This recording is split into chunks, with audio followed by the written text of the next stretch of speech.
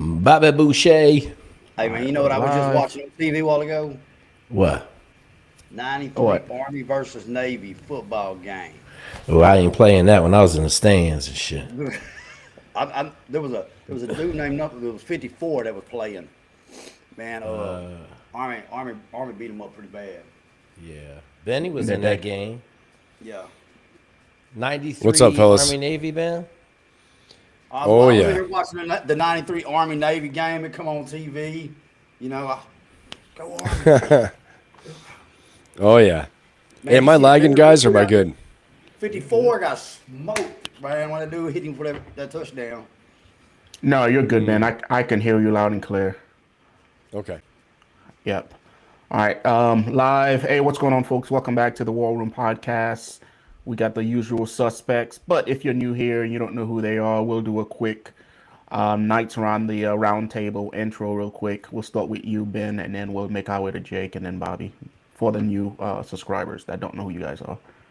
Hey, everybody, what's going on? Ben Pappas here, retired Marine, spent time in the infantry, in Force Recon, in MARSOC, and currently I'm an executive coach, help people to build up their businesses and to build leaders within their companies as well, too. Check out my YouTube. I'm trying to get like Jake and Jay, and Bobby's probably trying to do the same, but trying to grow my channel, and check it out if you want to see leadership and you want to learn about leadership profiles and how their success strategies to get ahead in life. Check that out. Just Ben Pappas, and benpappas@benpappas.com is my email. If you have any messages for me, go ahead and hit me up there. Jake? I already forgot the order, my guy. All right, so hey, I'm Jake Swig, mentor of absolute fire starters. So we making so many. We got admissions coming in from the Naval Academy, West Point right now. We just made a couple pilots the other day. I'm waiting on a picture from my SIF pilot. So I got a warrant officer. We got 5 dudes in the warrant officer flight program right now. You guys want to know what's going on? Just type in my name, Jake Swig, into the internet. Hit Google. It'll drop you an email. Get in the Discord. We got so much good stuff going on. Other than that, man, we helping everybody on this channel just raise their level. Jay over here is making us run really fast. I feel like I'm sprinting every day just to keep up. So, and Bobby got us scared all the time because we're going to Vietnam, find some people. So I'm in. Man, I'm going to be honest with you. It's probably going to be my last trip. I got one family left that I'm going to do, and it's not that I want to abandon anybody. It's the limitations put on with foreign governments and entities in between that cause problems. So I'm doing the best I can with what I am. So, former 82nd Airborne paratrooper, did OEF, OIF 1 and 2. So I try to keep up with these guys, man. Right now, I stay on Ben stuff all the time. I got the #1 a badge award, so I want somebody to come out there and try to knock me off the perch, but you're going to have trouble. I get them alerts, man. I'm on top of it. I appreciate you, Bobby. Yeah, and that's what it's about, folks. And of course, my name is Jay Dolius, retired U.S. Army Green Beret, host on Green Beret Chronicles YouTube channel. And again, guys, new battle rhythm every Wednesday at 10 a.m. Eastern Time. We try to jump on here and add some value to you guys' lives. If you have any questions for us, guys, throw it in the chat. If there's any super chat that we miss that you guys within the chat see, just let us know, and then we'll get to it as soon as possible. We have you guys for about an hour. We'll cover a couple of topics, and then we'll go from there. But we'll jump right into the first one, guys, since we only have an hour. So Sean Ryan had an episode on the other day that I watched. It's Matt Basonet. I'm sure Jake know who he is, along with a couple of different guys, right? So this dude, of course, was part of the Bin Laden raid, and then he wrote a book that got out before the, I guess, White House or the administration, the Obama administration, was able to release their books and everything that they had planned. And because of that, they end up smashing him, right? They destroyed his life, essentially. So that brought up the question during the podcast of, hey, should veterans be able to share their stories without recourse, without the government jumping on them and punishing them for sharing their story because they didn't seek government approval? Sean Ryan also mentioned that He had a couple of high-level operators from Delta Force and also SEAL Team 6. They reached out to him asking him to take their interviews down because they're receiving a lot of pressure from the current command, which again brought up the question of, hey, these dudes, this is their story to tell. Why are they being pressured to not speak their mind, right? He also mentioned like doing so is therapeutic, et cetera, et cetera. But what are you guys' take on this? Should we as veterans be able to share our personal stories without, being fearful of the government coming down and dropping a hammer on you guys? I'll start with you, Ben, and then we'll go around to Bobby and then Jake. Yeah, man. I mean, I think first of all, I'm all for veterans being able to share their stories. I want to say that. First of all, I'm all for it. The only caveat is it's very confusing. Having been on active duty during all this time, been around a lot of this stuff, even the classification levels, it's confusing because when you're involved in anything, as Jay, very well, is you're involved in, Jake, this too, but you get read into programs you're not supposed to be able to talk about. Point, period, paragraph. Like, you get read into this stuff, Bobby, right? So, I mean, you get read into these things and they say, like, this is, some of these things have, like, classification levels where you don't acknowledge this exists, you don't speak about it, like, even, it's even surprising today, we have podcasts with people from certain units and they just openly say that they're from this unit. And, like, so is all the stuff that we signed on to just bullshit? Like, they don't, okay, well, we can do whatever we want now. So I'm all for it. I just think they need to make a policy change saying it then so that we don't feel like, okay, we're just ignoring policy. Because then what other policy are you going to ignore? That's just the leader in me, and that's the team builder, the systems builder in me saying, well, we don't want to normalize ignoring policies and ignoring, special access program classification levels and things like that. So I think they have to say, yes, you can, and this is the process, and do it. And I know they had a process before, but again, I think the war was moving so fast and so many things happening that, decisions had to be made and risks had to be taken. And so, that fell out the way it is. But yeah, I think they should be able to. I just think there has to be kind of an overhaul, and I'm guessing some of that's happening now, and I don't know if it's happening in the way of more stories or they're just shutting everything down because the press has basically been restricted at the Pentagon. And I was listening to Secretary Hegseth, Pete Hegseth, this morning, giving a talk as well too. So I'm not sure what direction it's going to go. I do think they need to be able to share their stories. I think as a wealth of leadership and a wealth of experience in the veteran community, at so many different levels, I just think that they have to feel empowered, or they have to know what the playing field is, because then they can't say, nope, no one can do it. Well, they did it, and we're not going to do anything about it. But the rest of you, don't you do it, They've either got to uphold the letter of the law and go after them, or they got to say, hey, it's open season, everybody can do it. Jake, what are your thoughts? So two things stood out to me in the kind of Sean Ryan. I'm halfway through it right now. The big thing was he didn't let the government review it. He let his lawyer review it, which I thought was possibly the most stupid thing in the world. The second thing is he had a great point. I don't know if Ben read Men with Green Faces, but for Navy SEALs, like everybody read Men with Green Faces or Dick Marcinko's Rogue Warrior. Yeah, I read like, that. dude, I was living in that shit. Like, that was me, bro. Like, I was, or the A-Team. Like, think about the A-Team. So, like, 80s, 90s marketing was a book. And now, the other thing that I was really thinking about, and I know everybody on this channel understands, the price we pay physically cannot even compare to the monetary reward that we get. And so one of the things I was thinking about is they should have a special pay class for special warfare guys, right? Like we should be getting $20,000 a month. Everybody's gonna be like, oh my God. And the first thing I'm gonna say is, listen to him, man. He's broken. He ain't slept in 10 years, right? So my thing with the books and all this, there's so much politics going on. The reason he's on Sean Ryan, the reason he's showing his face right now, he's going to get Trump to come in there and say this is BS, and he's going to get it overturned. Like, he still owes, he's paying $4,000 a month for the next 15 years, and he was one of our best war fighters, and this is how we reward him. When the CIA came out with a movie, Netflix special, McRaven special, Like, what are we talking about here, man? Yeah, like, I agree with that. Yeah, I agree with that. Yeah, like, what are we talking about here? Now, I'm not, like, obviously we know there's some programs that we don't ever talk about, right? But even probably one of the biggest ones, Task Unit Orange, is all over the place now, right? Like, it's all over the place. Delta, Damn Neck, there ain't no hiding that shit no more. We also know there's some other units out there, 3-letter agency guys, but even their shit is out there, right? Like, Taylor Sheraton did that whole Sicarios thing and basically opened a can of whoop ass on the whole CIA cross-border missions and all of that stuff. So I'm kind of with Ben. I just think it's stupid. My other thing is, once you get out, like, I don't think there are any rules. You got to abide by the classifications, but I just think, like, the quiet professional gets nobody to join in the future. If nobody tells the stories and no one shares the glory and the kind of the shit that was done, no one's gonna know about it. So, like, the Green Berets got a big problem with that, and they're working on it internally because the Green Berets really don't say shit.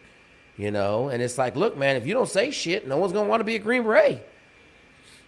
I mean, it's like the Marine Corps does it at the mothership and I don't level. think they really, yeah. Go ahead, Ben. No, they do it at the mothership Ben. level. They you see the Marine Corps birthday message, the birthday ball. Honestly, it makes you want to run through a wall. You're seeing all this stuff, and they do a great job of doing it as an organization, of telling the stories and choosing what stories to tell. And they have such a media machine, for branding and marketing. But yeah, I mean, I think to Jake's point, yeah, if we don't tell these stories and we don't let people tell their stories, there have to be some parameters, obviously. But yeah, why would people want to join? They don't know, except they only see. Here's the thing: they see homeless vets, veteran suicide. They don't see all this other stuff. So it's yeah. I think it definitely we have to do a better job of it. And I think they need to define it in some policies too. And it can be a loose policy. It can be a very loose policy. And they can also say, we reserve the right to come after you if you're releasing classified information, sources, methods, things like that. But otherwise, let it go. Let them do it. So I'll give you my take on it. Bobby, what are your thoughts? Well, it's usually up on the publisher. As long as there's not anything in there that's classified, they got to let them have review over it. But also, let's go back to, when did we stop showing? There's so much scrutiny around it because this is the guy that's supposed to be the #1 terrorist in the world and the biggest attack on U.S. soil, but it's too much for us to watch him, die or be buried or whatever. In the past, shit, man, we hung Saddam. They gave him about 5 foot of extra rope, about tore his damn head off in the shoulders. They didn't think it was too bad for us to see it then. They ain't got no problems watching Americans get killed on TV. So why do we have to put so much secrecy behind? I believe if they would have showed he was dead and let us see it, people would have just left. It would have never been anything to it. But then you get into the mystery of the whole ordeal. You know what I'm saying? And you won't know probably for 50 years if you ever do know. So I believe. I mean, I got my own beliefs. Y'all can believe what you want. I try not to. I'm not even gonna watch it. I turned it on for about 2 minutes. I seen the dude was on that high-speed chicken feed. He was going a little fast, but I need a sandwich. It's hard for me to believe that he's paying that kind of money. And I seen Eddie Gallagher gave, what was his name, Scott Schuler? Was that his name? The Marine that went crazy. Eddie Gallagher gave him $2.5 million. Now he works for an administration. He was in jail. So it's just, I believe there's more to the story. I'd like to see the lawsuit. You can't say anything. We all know you got to sign a piece of paper. Me, I was always told to put a lying-ass name on it. You know what I mean? It's, I did. John Wayne going to jail. But Bobby ain't. So, it's the rules, man. If you fucking just follow the rules. Like, I agree with, yeah, I agree with you guys. And like, I heard the entire podcast in its entirety, and it's pretty telling, man, because it's pretty obvious that they were just out to get this dude because he got in front of the story. His book came out first, and the administration was embarrassed by it, right? Because at the same point, you have other people out there with books, with movies, with documentaries, and nothing's going on with them. They just wanted to make an example out of this dude, and that's exactly what they did. But to the original question, and to Jake's point, we do have a problem with recruiting on the Army side of things. It's because we are so tight-lipped about what we did to where guys rather go to the VFW, drink themselves to death, as opposed to talk about what they did, which within itself is very therapeutic, right? Just being able to sit down and share your story and what you went through, not only for you, but for other vets out there that think that, hey, it's taboo and they shouldn't think about it or talk about it. When they hear us talk about that type of stuff, it lets them know that it's okay, right? And on a recruiting aspect of things, like I know me, I didn't discover SF till I was like 4 years in the military. Like I had no idea what it was, and it's because no one was talking about it. You right? didn't have Soldier of Fortune magazine? Like what? No. I grew up in New York. Where the fuck am I gonna find that? You know, like you could get knives and steroids and night vision and. No, I didn't have any of that, right? Because it's one of those things, like unless you come from a family that has a lineage in Berets, or unless you are from Bragg, like you're never gonna find out about that stuff, right? But now we have social media, and guys are like, countless dudes do reach out to me on the regular and just say, hey, I didn't know this was a thing, or hey, can I pick your brain about this? And I'm like, man, I wish I had what's available now whenever I was coming up in the military, because my career would be completely different. I probably would have went SF sooner. I probably would have done a lot more cool stuff, as opposed to, hanging out in Big Army for 2 separate deployments to Iraq, getting blown up here and there. I probably would have went a lot sooner. But again, I didn't know what I didn't know. So I think, sharing the stories from vets that's been there, that's done it, I think it's a good thing, man. But also, to Ben's point, you got to be careful of what you're doing, right? You got to be mindful of the rules and regulations, as gray as they may be. And I think it's left like that on purpose, because if you say something they don't like, then they're able to come after you with those same rules. That's pretty gray, right? And then on the same note, they can let somebody get off that they like, right? But if they don't like you, they go after you using those same rules that's supposed to be, there to protect you. So I don't know. We'll see what happens. Jay, I want to add one little. I want to add one little tidbit that I think is very, very kind of salient in this very scenario. So, Call of Duty paid him and 6 other operators to go through kind of the TTPs in the Call of Duty video game. And there was a lot of shit in there and missions in there that were pretty real. And that was one of the biggest sticking points, because 3 of the SEALs, or 4 of them, were still active duty. And so they were flying them down on a private jet on Friday afternoon, and they were grinding it out like Friday, Saturday, Sunday, and then going back to work. So I know that over there at that command, that was a huge, that was big when it happened. I heard about it when it was happening. Like, before his book came out, or right about the time his book came out, that was going down with Call of Duty. So that was another kind of sticky point where, they got a little pissed off. Well, they got a lot pissed off about it. I want to add, and it goes to with the story thing. And I've been having to drag this out of guys, because there's not a lot, for the time, it's really weird how there's so much stuff missing and not wrote about in certain battles that I remember very clearly. Big battles. I'll just give an instance. 2nd Brigade of the 82nd fought the biggest ground battle they've been in since World War II. That's including Vietnam. No records of it. There's a lot of shit that happens too, also, that people are scared they're going to get called back or go get sent to prison or some shit like that. So they stay compartmentalized the rest of their life. Yeah, man. I know a lot of guys like that. They're even scared to show pictures. I mean, Bobby, you're so right. Like, I'll tell you, like, Battle of Najaf, 2004. My battalion's in there slugging it out. I was just texting with my old battalion commander, John Mayer. He's a 2-time combat battalion commander. You can imagine, within a space of 2 years, 18 months, leads 2 combat tours. And so we were just texting a little bit. But I think back to it, as you said that, Bobby, it made me think. We had a Marine get in a close, like true close quarter battle engagement in a stairwell in a building in the Joff. Like we're smoking the city. We killed. I think I want to say it, and any old Marines from 1-4 say it, but like 2,000 Operation people in Phantom like Fury 2-3 was like- days, man. But this corporal, he's in the stairwell. He's cleared the building. He's killed a few people already with his weapon, with his service weapon, right? Comes face to face with a Mahdi militia fighter, knife fight, fights to the death, kills him. We're never going to hear that story. I got to hunt this guy down. Like stabbed him, like went full bulldog. And then, he retold the story, right? And of course, the Marines, we memorialize, they honor him as a warrior and all, but where is this hero? Where is this guy? He's, fighting hand to hand on a World War II type Let me stuff. add But we to don't, that. Always hear about Delta Force killing Uday and Kusei. They didn't kill him. The 101st did. There and you it was go. the goddamn, there was the hotels, 11 hotels. They shot 16 tow missiles up in that son of a bitch, and I got the pictures of it. There you I know go. the boys that was there. And it takes away, and I mean all you guys are special operators, man.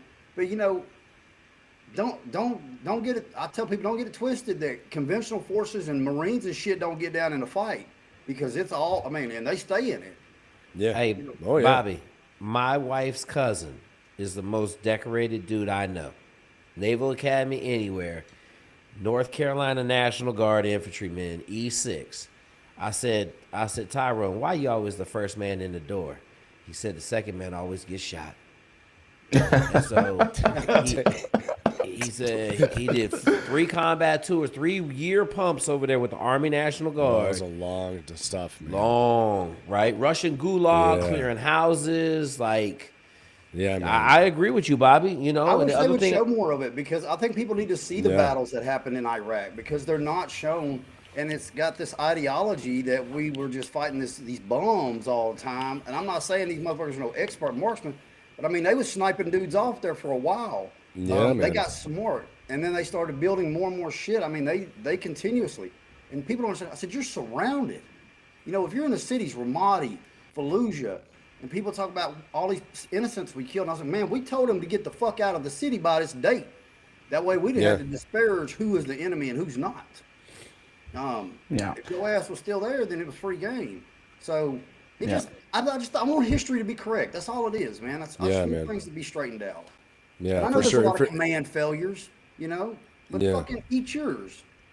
Yeah, infantry combat's no joke. That's for sure. As one infantry commander once told me, he's a tough dude, really tough dude. I just remember he just said, "Look," he goes, "This ain't no fucking sneaky ninja shit here." That's what he said. He's like, "We're getting arms and legs blown off." Well, they be looking to fix bayonets all the goddamn time, man. I'm like,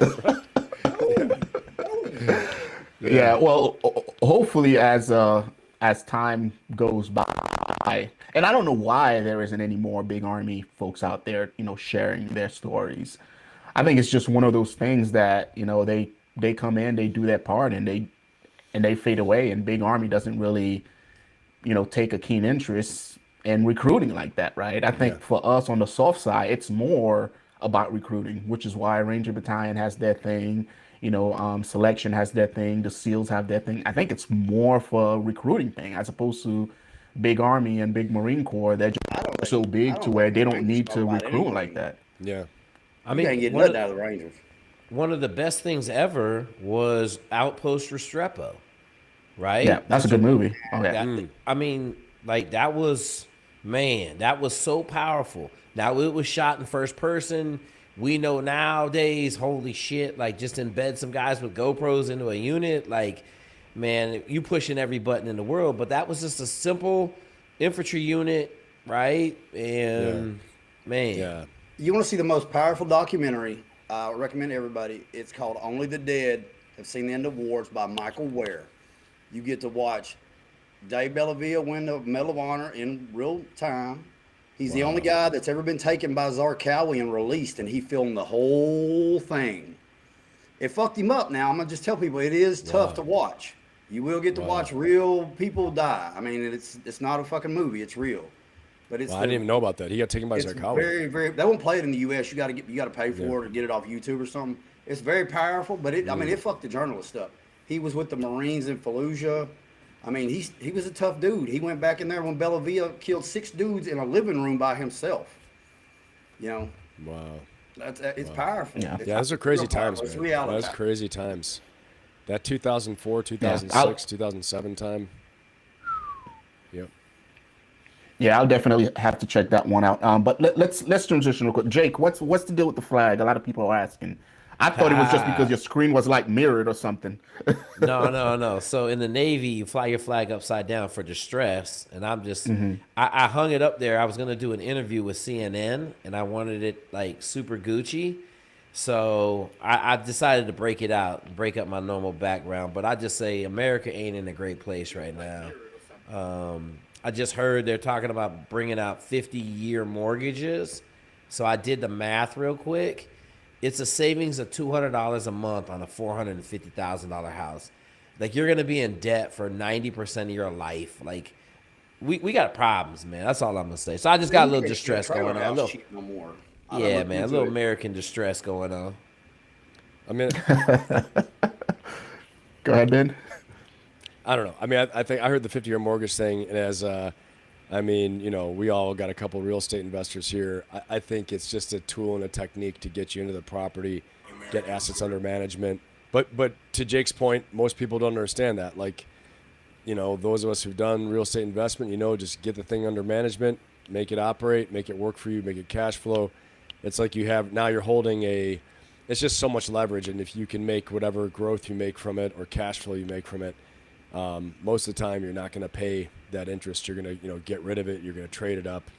But it's a way for people to get home ownership. That's how I viewed it, because I've done deals before in the past, and maybe you guys have, but where I've tried to get a 50-year mortgage out of a private seller. I've tried to, you know, get some type of creative financing, and I saw that. I was like, oh, cool, man. All right. But, you know, leave it to a real estate mogul to think of that. You know, we have a problem with home ownership. Prices are too high. Watch this. I'll stretch it out, you know. So couple ways to look at that, but Jake, But I love me Jake's some point, 50-year mortgages. 100%, dude. I would fucking take that. I was like, hell yeah. Well, the payments will be down. I'll get that thing under management, and then whatever froth I make off the top, I'm selling it, flipping it, trading it up. So You know, with them extra 20, and you got your interest rate on it. Like, so what's that pushing you to? You know, extra payments. What are you going to end up on a $150,000 house at 50 years? 450, you're gonna end up at like probably 1.2 million. Well, it Over doesn't matter 50 if you're years. investing, you know. Like, if you're investing, No. like that's... Yeah, No, I'm just that's what I'm curious. saying. That's my thing. That's No, I big- get the whole investment part. I understand that part. I'm just, my bigger argument is Texas talking about doing away with property tax. If they do away with property tax, I literally get rich overnight. Oh, that's awesome. why are you paying? Yeah. I don't pay property Yeah. tax in Texas. I'm sorry. Listen, Yeah, Bobby, I would- Bobby. I'm 100%. 1, 2, 3, 4, 5, 6, 7, 8, 9, 10. Okay, you only get one free, Bobby. One. I only live in one. Oh, yeah. No, he wants multiple. Bobby. But you got to get those. You got to get the rest of the cash flow though. You got to get the rest of the cash flow to cover those taxes. Bobby over there playing fucking checkers. Bobby, Bobby, we gotta get you out of that game of checkers, bro, and get you over here playing chess. Hey, look, Read man. Rich Yeah. Dad Poor Dad. You know, man. but Jay, to what you were saying there too. Like, I think President Trump's probably like, "What are you talking about? Paying the thing off, paying all this? You refi, you get equity built up. Your refi, you're gonna pull tax-free money Yeah. out. You know, so." Yeah. Well, But I'm all for it. I liked it a lot. I'm gonna give and, everybody a little hint. All right, take younger generation listening out there. You guys either do it with your family or 4 guys you really trust. Y'all put y'all's money together. Y'all get y'all down payment on a crib. Start your LLC. Fucking rent it out. That way, you make sure put enough down payment on it that it generates an income. Put that money back into the next one, and just rotate it around. You'll build you some generational wealth in about 10 years. Okay. Yeah. Watch my sister do it. I think she's probably got about 50 houses right now. I'm serious. Like, she owns everything under the sun around here. your wife does? My sister. Oh, your sister. Okay. Yeah, okay. yeah. I know she ain't gonna leave me nothing. Are you allowed to go over there for Thanksgiving, Bobby, or is that one of the family members that They got the eating right shotgun now. when you pull up? They eating right now. yeah, you know, Hey, so you brought up everybody was in trouble. I just want to bring up something because it really bothered me yesterday, man. And I almost had tears in my eyes. Is me watching a known former Al Qaeda member that we captured in Mosul planting IEDs in the White House. I mean, he's planting IEDs and he's in the White House on fucking Veterans Day. That shit really hurt me. Like, it really did bother me. And everybody's like, oh, there's something bigger. And I'm like, I don't give a fuck. Do it behind closed curtains or something, man. I don't want to see that. Wait, what happened? The president of Syria was in the White House yesterday with Trump. Okay. You know, and you got David Petraeus, sorry ass, over there telling him how he was a big fan of his and all that shit. I know the guys that captured him in Mosul because he was a cell leader of under Zarqawi. And, you know, they propping up Ollie North yesterday. And I'm like, am I the only fucking one that remembers any history? Well, You might like be. a lot of You shit might. is starting to change, man. Like, I just read another article that says that Iraq is a strategic partner of the United States now. You know, like everything's changing, man. It's as much as it sucks. Like No, but the not fact that fucking guy, Syria, man. Like, that motherfucker cut the your fact head that off, Syria dude. is an ally now, like it just goes to show you, man. Like all is fair in war, I guess, because Syria is now an ally, as opposed to before. Like once we got fucking Al-Assad out of there, it's like, all right, like who else can we put in there that we can control? And I'm at the point now where it's like, you know what? It is what it is, man. It is. I can't change It is what it is. We can't control that shit. Let me Yeah, worry go ahead, about Jake. America and let me Yep. get mine. That's Yep. where I'm at. Can't worry about Syria. Can't worry about Iraq, Iran, Afghanistan. I know this. If we got to go do work, we'll do work. But I'm worried about San Antonio, Texas, the great state of Texas. Then my next wing is America. And then on the top of the whole mountain is my 3 kids, my wife, and everybody else that's on my party train. I live in Texas. 3 weeks ago, we had a guy's head cut off in broad daylight over a argument over laundry, and he For kicked what? his head down What the the street hell? with a machete. That was a couple days. That was more than a couple days ago, Bobby. That was no, like I 3 said weeks a ago. couple weeks ago. Oh, okay, yeah. I wouldn't yeah. lie to the people. That's, Who- but all wait, I'm wait, saying is, but we hang on, keep wait a minute bitching now. about China Hang on, and we're Bobby. bringing in 600,000 Chinese fucking students. Hang on, Bobby. That dude was Hispanic from South America, I correct? don't give a fuck if that motherfucker, he wasn't supposed to be here. I'm not arguing that, but he did chop his head off. It was foul, man, in front of his whole family. Kick the Little motherfucker. Indian Damn. dude just trying to run his hotel, cut his head off, and then kicked it like he's playing soccer with it. He went straight Aztec on him, bro. He did. He went Golly. What did he use to cut it off? What did he use to cut his head off? A machete. Yeah, I guess I ain't coming to Texas anytime soon. I don't deal with that Hey, shit. bro, listen. That's for the unarmed, bro. The unarmed. You know what I'm saying? I mean, look at the amount of drug busts and stuff we're having, though. I mean, Well, if people will follow the DOJ page, I'm Well, sorry. I we've didn't gotten mean to off the y'all get- question line, I can see fairly quickly, Jay. All right, let's get back on targets before I'm we sorry, start I'm talking about fired. people getting I'm gonna bring it their back head in. cut I'm off here. re-educated. I'm re-educated. This is going to be a Alright, so, non-monetized video once more. This yeah. will be against the YouTube Alright. policies and blocked worldwide.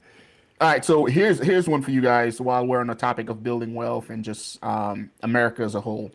What's harder in 2025? Building wealth, building relationships, or building yourself, and why? What's harder in 2025 for you guys? Building wealth, building relationships, or building yourself, and why is that hard? We'll start with you, Bobby, since you got all that energy in you.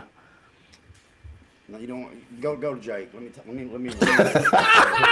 All right, so I'm going to give you an example that just happened to me yesterday. So I am raising my kids differently. I am fully aware that I am raising my kids differently. So, Elaborate, Jake. What do you mean you're raising them differently? Like you having them eat like fucking like human beings? Like We how had are you fence raising them climbing differently? class last weekend. We had fence climbing class, okay?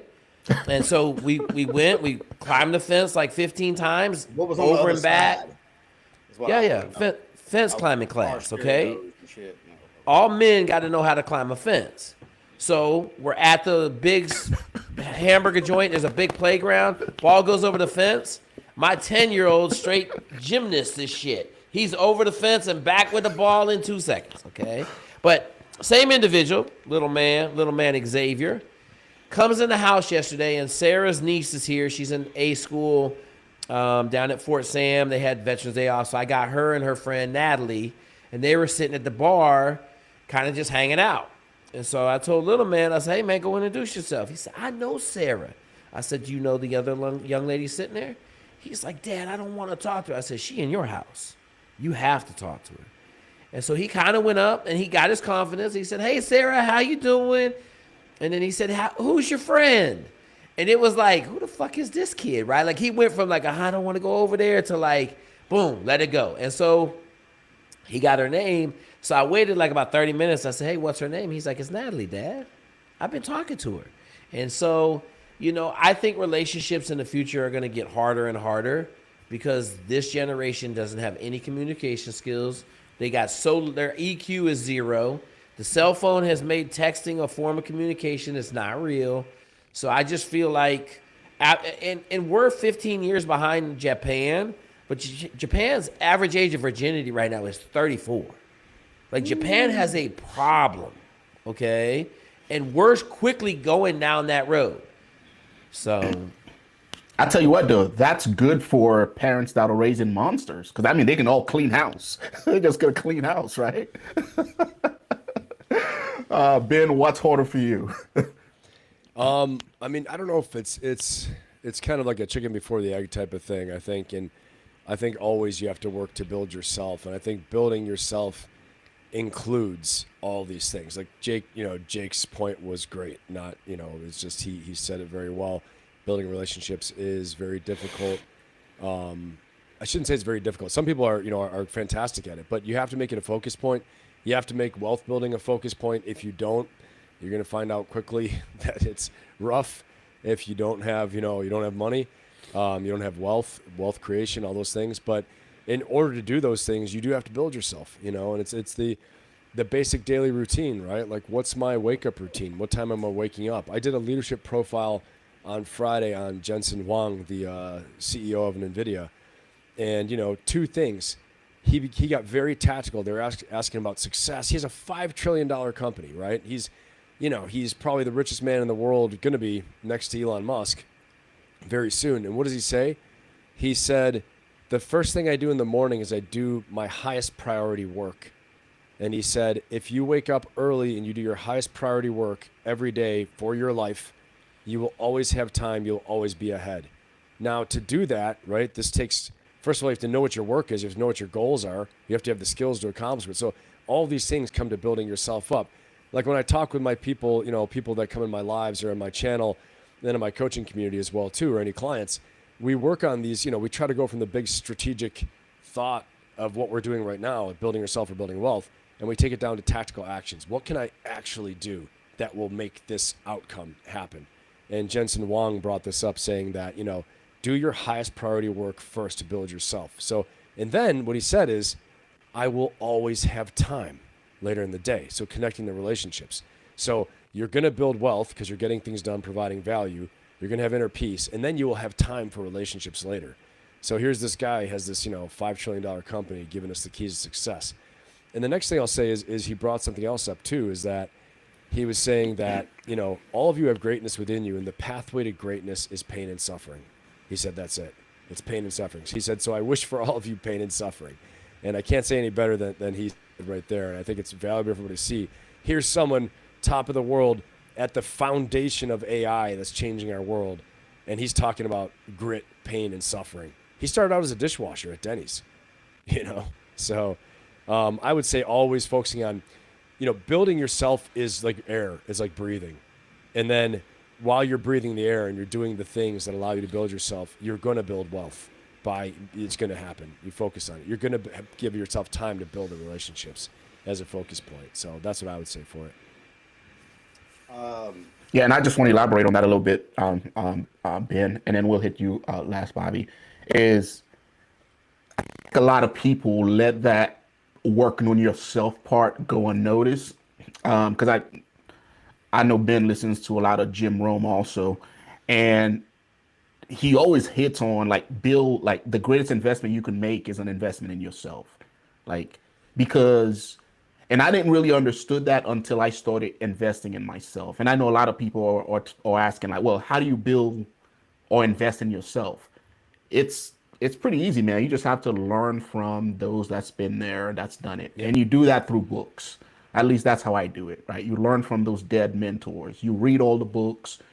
You just expand your mind, and through that, you're going to learn what's possible, right? The ideas are just going to flow because you're literally traveling back in time. You're traveling in the future. You're walking somebody else's shoes.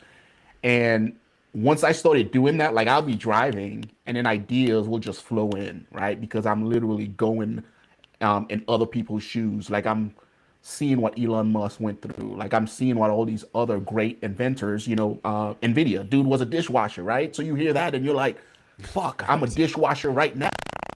Like what? This is what's possible. And you'll go on that journey and you'll start wargaming and you'll start thinking about the possibilities. And next thing you know, you're crafting a plan to get there, right? Like that's how you invest in yourself. Because if you're not mentally there, the best opportunities could show themselves in front of you, and you won't know how to act on it. You won't know what to do, right? And that's why that investing in yourself is so important. But Bobby, what do you got? Well, and I'll just add on to what you guys are saying. I've always just taught my kids, try. I mean, you're gonna fail. Nobody gets it right the first go round, but nobody remembers the failures. Thomas Edison, always be known as making a light bulb, had 1,000 failed inventions before that, but he won one time. It's about trying, and then also get where you are. Get back to interaction with people again. And I want to bring up a soldier that I work with over at Fort Bragg. You know, when he told me, he said, Bobby, he calls me all the time, and he's done everything I've ever asked him. If you call me for advice and I give it to you, and you don't do it, then I ain't got nothing else to do with you. But he did everything, man. Soldier of the month. I mean, he did everything he's supposed to do. Comes to me, he's like, hey, I want to start a car club. I was like, okay. These are the steps I would do. I would, put it together, show it to your command, make sure it's cool. Can you do these things on base? Man, I called him back. He said he done an LLC, sent me a flyer, talked to command. He went up there and talked to division commander, and division commander blessed it and said he would fucking put his own stamp on it so they could do it on base. And all it's to me, that is that soldier, that's an E4 right there, going to not scared to go to division commander, and he's trying to get guys back together again. I was like, face-to-face interactions, we can work out a lot of things over this right here because there's no tone. There's no tone in that thing right there. I could read a message from Ben and make it sound like he want to kill me, but he might be over there laughing. So you got to start interacting and make yourself of worth. And when I tell people worth, they're like, man, why did you go work on that dude's car on that TV show for a year for free and this and that? And I was like, you're networking. You let people see your worth. You do a good job and you become a professional, then you get into that field. You just don't fall into that shit from where we come from. We wasn't born into that shit. We ain't no aristocrats, but they always come to us and treat us the same way. Jake might have been a goddamn aristocrat, all right? But I'm saying I wouldn't. I'm from a town of 103, and grew up in a trailer house and lived in a school bus at one point. But everybody's like, man, how the hell do you know these people so much? I said, man, because I gave it my all and they know they can count on me. So, and I just take, man, there's going to be pain and suffering. Nobody got anything easy. These influencers that bullshit y'all, they want your money. They going to send you a goddamn a sheet that says, send somebody else money or something. I mean, it's right, nonsense. Right. Don't believe into it. Yeah. Yeah. And Ben, how many masterminds would you say like you've attended over like your post-military career? Which for me? Yeah. Like, yeah. Do you attend like masterminds or any of that stuff? Well, so now currently I host them, right? So I have a coaching community, I have a coaching membership. I'd like to think that the channel itself, my YouTube channel, my podcast that's on Apple Podcasts as well as Spotify, all that stuff. But I try to make that kind of like a mastermind, but really my coaching membership and community turns into a mastermind, my monthly coaching session. And so, I teach for about an hour and 15 minutes, and then everybody jumps in after I do Q&A for about an hour with people live on this private Zoom call, and I'm answering questions. But then the other people jump in because we have some fantastic members in there. And I'm going to get exactly to your question in a second, but we have some fantastic members that are, owners and founders, career professionals, artists, teachers, you name it. And so they all share from their life as well too. And it helps. You have like this, truly a mastermind to help solve the problems of the person that's asking the question. And then we all learn vicariously because, of course, no one else has that problem, right? It's just you're not asking it. So everyone benefits greatly. But personally, I've attended, oh gosh, it's got to be 7 or 8, no kidding, high-powered, several day seminars, virtually, live. I've been a part of true business mastermind coaching programs where I've been not teaching them, but a student as well too, even while I was running my business. And I think it's important that you have to have humility to learn. You have to have the humility to learn from someone like you said, Jay, who's been there, done that. Like I can remember one, obviously they're the huge influencer gurus like, a Tony Robbins, things like that. I've attended his stuff as well too. But then getting down to the nitty gritty in a business mastermind, I've got, a guy who's pulling in 30 million a year, for his multiple franchises and businesses he has. And the thing that struck me was his energy. His energy was insane, and just his specificity with how to do things. And if he didn't know it, he'd open it up to the mastermind. And I had like a software engineer, all these different people would jump in, and they would tell you, that one guy gave me something once that was, he gave me a little bit of information. He said, why don't you just do this? And I swear to God, it changed my business for about 6 months. And so I think it's, to your point, Jay, learning from others. Books are fantastic. Watching channels that will interview people that I want to be like or I want to learn from, I think are very important. So I try on my own YouTube channel, it's not like, crazy viral controversy. I'm trying to really, my point on the whole channel is to upgrade your life, that you can take away something that's going to make you better.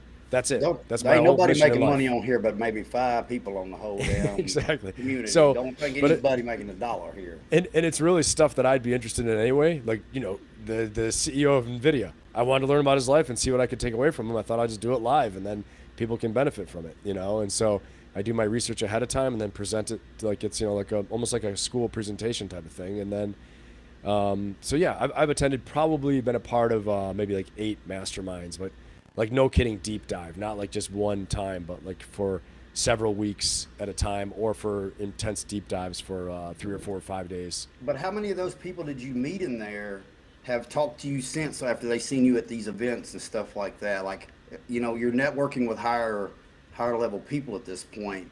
And that's what I was kind of getting at earlier. Yeah. To get into something like that, people have got to see worth in you. Right. And that's what I tell people. I'm like, do your diligence. You might have to miss going to the Walt Disney World or whatever, man. But like, when you hit 40, don't think we old. I mean, Jake look old, but I don't. 53, Bobby. 53. Anytime you're ready, just let's go. Everybody says money ain't shit. Ain't never been in jail. Okay, bail is amazing. That's right. What? Bobby, you just said you ain't been in jail. I'm gonna say it. If anybody ever tells you money ain't everything, they ain't never had somebody come bail them out. That's all I'm telling you. Absolutely, I'm gonna tell you, jail sucks. Whatever. Jail sucks. Financial freedom is freedom. So Yeah. I mean, it sucks, but it is. That's the reality of it. It is what it is, man. The reason why I asked that, guys, because like I know for 2025, one of the biggest thing that I'm trying to work on is just networking, right? I'm reading a book now called Never Eat Alone, and it basically talks about how like just the importance of just networking and then just being around like-minded people. Now, granted, it's got to be a group that elevates you. It's got to be like-minded people. I'm not just telling you to go, find a group of bums and just kind of hang out, right? But finding people that elevate you and that makes you want to be better and just kind of network, man. Like your net worth is your network. I'm sure you guys have heard that before. But yeah, any last words to close this out, Jake? And then we'll go around. What, this topic or this live? This live. Oh man, listen, man. I'm gonna tell y'all right now. I hope everybody understands how much wisdom and knowledge and success is on this channel. I know I'm probably the roughest kid on here, my 3rd grade reading and writing level, but like Jay is killing it. We don't talk a lot about what we do in entrepreneurship wise, because like it's the war room. We kind of talking about military and updated events, but like Jay is killing it entrepreneur wise. Ben Papp is out there, man. That dude's hunting and fishing for a living. every day killing it. Bobby out there doing a bunch of good things. And I know I've been laying low because I don't have a company right now.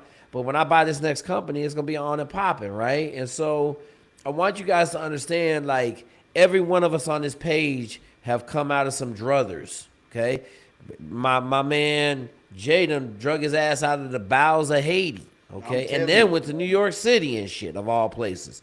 So, you know, I know Ben Pappas has passed, Bobby's passed. You know, I was raised by a drunk truck driver. I'm very fortunate that I had him, but we all came from nothing and we all doing really well. So there's a lot of knowledge to be gained on here. But it comes with a warning. Don't sell yourself short, Jake. Don't sell yourself short. Absolutely, brother. You're doing a lot of awesome stuff too. With all we've said, I do want to give a warning. Yeah, Bobby's going. Bobby's going. Bobby said he's fucking going, man. He's going, Jake. Go, Bobby. Go. I got one warning and then I'm done. I'll run away. Go ahead.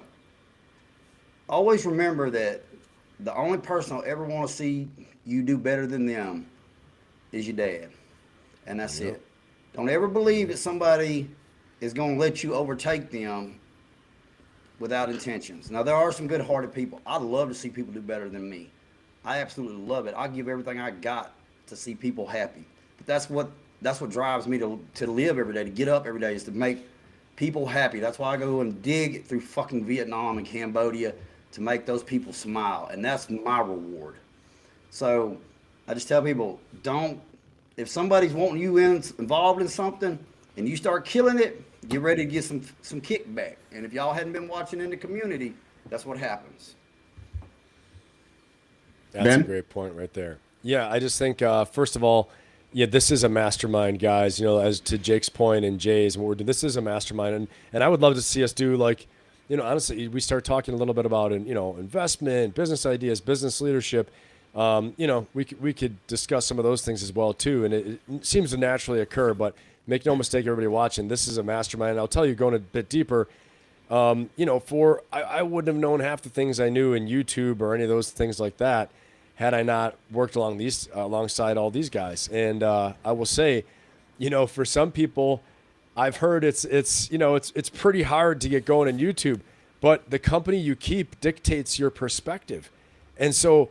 Like when you got guys like, you know, Jay and Jake over here who have these big channels, and, you know, obviously Aaron and Nate and everyone, it becomes normal. Exceptional becomes normal, and exceptional, in fact, becomes like, it's like a foregone conclusion. You're going to do this. You're going to become a YouTube partner. You're going to do this because that's what we do. And you're going to have top quality questions, if you know, all the rising tide lifts all boats, but you better make sure you're in the right ocean, in the right sea. And you're not swimming with the snakes and with the dirtbags, you know. So get with the right people, listen, you know, have some humility to listen and to learn. That doesn't mean putting yourself down, what your capabilities are. It's like you're trying to learn and trying to grow. So who you surround yourself with really matters a lot. And so I can't say enough how I feel very fortunate to be with this group of professionals, you know. And I mean, obviously we got, you know, warfighters all the way around here too. And so it's you know, it's just a great place to be, and it is a mastermind. You guys are getting seeing a mastermind at work, and then for me, it's been a mastermind too. But I appreciate you guys. Check out my YouTube channel. I'm trying to grow that. I got to compete. I got to get up to speed. I'm lagging behind, so check that out, guys. I'm live every Friday at 6 p.m. and every Sunday at 4 p.m. And then I'm starting to do interviews during the week as well too. And it's just Ben Pappas channel. You guys check me out there. I gotta come get my award. I got the top trophy right now. Hey, man. I'm on it every time it keeps off. Hey, Benny is up to fucking almost 4K, bro. You doing okay? Almost. Yeah, He's getting there. He's getting there. I'm over there showing my awards and shit off every week. Bobby is in the mix for sure. Bobby, you still the man. But Yeah. I'm gonna get off here with this, but with this group right here, I know if anybody's ever done log PT, you'd be like, God damn, this log heavy, you know? And you get to looking back, and it's just a bunch of guys with their hands on it. You know what I'm saying? Right. Get some guys with you to make it light. You know what I mean? Amen. And don't get into no motherfucking Amway and get nobody that's selling that shit for you on base, guys. I get my boys to selling Amway the other day. Ponzi scheme. Multi-level marketing. You can own your own business. Hey, listen. I got to shout out Bobby. Bobby down there in East Texas, and all he cared about is that pink Cadillac. That's all he worried about. The Amway pink Cadillac that you get Man, when you do really good. I ain't never seen nobody get that. It's like winning the goddamn canoe at the fucking arcade, bro. Ain't nobody win that bitch. Jay, what you got to close it out, brother? Ben, have you seen the new Marine documentary? Somebody had a question for you regarding that on Netflix. I have not, but I've just seen the trailer. It was pretty motivating. It was pretty exciting. I don't know. So I was busy celebrating. I was doing an interview with a no shit warfighter, Ryan Sparks, on Monday on my warfighter and business badass on Monday. And then so I saw the Marine Corps message, and that was enough for me, where I was like ready to put my head through the wall. They know how to get you for sure. The Corps knows how to. Everyone. Someone wrote to me once in a comment, like, "Oh, are you brainwashed?" I was like, "Of course I'm brainwashed. I'm a Marine. Like, they got me. Man. I'm ready tomorrow. Rock and roll. I'm praying. The Commandant sends me something that says, "Come back. We need you." Yes. Hey, You know? watched Yeah. the new Ranger, the one that's called Ranger, that come out by a company called 237 about 6 months ago. It's about 275, and it is powerful. I'll bet. Yeah, I'll tell you what. Next week we can make this like a business heavy episode, right? Maybe we start leaning a little bit more into entrepreneur stuff and just kind of help the people out as far as making money and setting themselves up. So maybe we'll dabble in that next that'd be week great. and see what everybody thinks about it. Because again, it's another way of adding value. We can talk about military stuff all day, but I really like to lean more towards helping people anyway. So maybe we start doing like some entrepreneur type content and then see how the audience like it, and then we'll go from there. That sounds great, man. Hey, all right, yeah. What's up? in case I don't know what y'all are doing today, but I'm running to a PTA meeting because that's what we do. And in case PTA. anybody missed it, guys, all right, I've known Jake for a long time, and like he likes to be the mastermind setting everything up. And but did anybody Jake run notice this? HOA, I guarantee Hold on, you. did anybody notice him do this? And he won't say what that is, but okay, he's got some real estate investment background, all right, and I know he's been doing that stuff for a while. So that means 10 of something, okay, and exactly. So. But yeah, folks, thank you for tuning in again every Wednesday at 10 p.m. Eastern. We'll be here adding value to you guys. Appreciate you guys tuning in. We'll see you guys next time. Appreciate it, fellas. All right, thanks everybody. Take care, fellas. We'll see Post you. me on the comments talking about I ain't got no show, man. What the fuck is that all about? I covered your ass, Bobby. I covered you. I said Bobby ain't I got no was trying to show. make it professional. I just finished the intro the other day, man. Bobby, All right, fellas, take care. Bobby, I've got some requests to have you on my Friday live, so we're gonna have to do that. Hey, let's ride, man. Hey, I put on my. Hey, y'all don't get it twisted. I can clean up. Your boy can clean up. I can have motherfucker talking like Matthew McConaughey. What I'm telling you. You be like, "Hey, guy." All right, fellas, take care.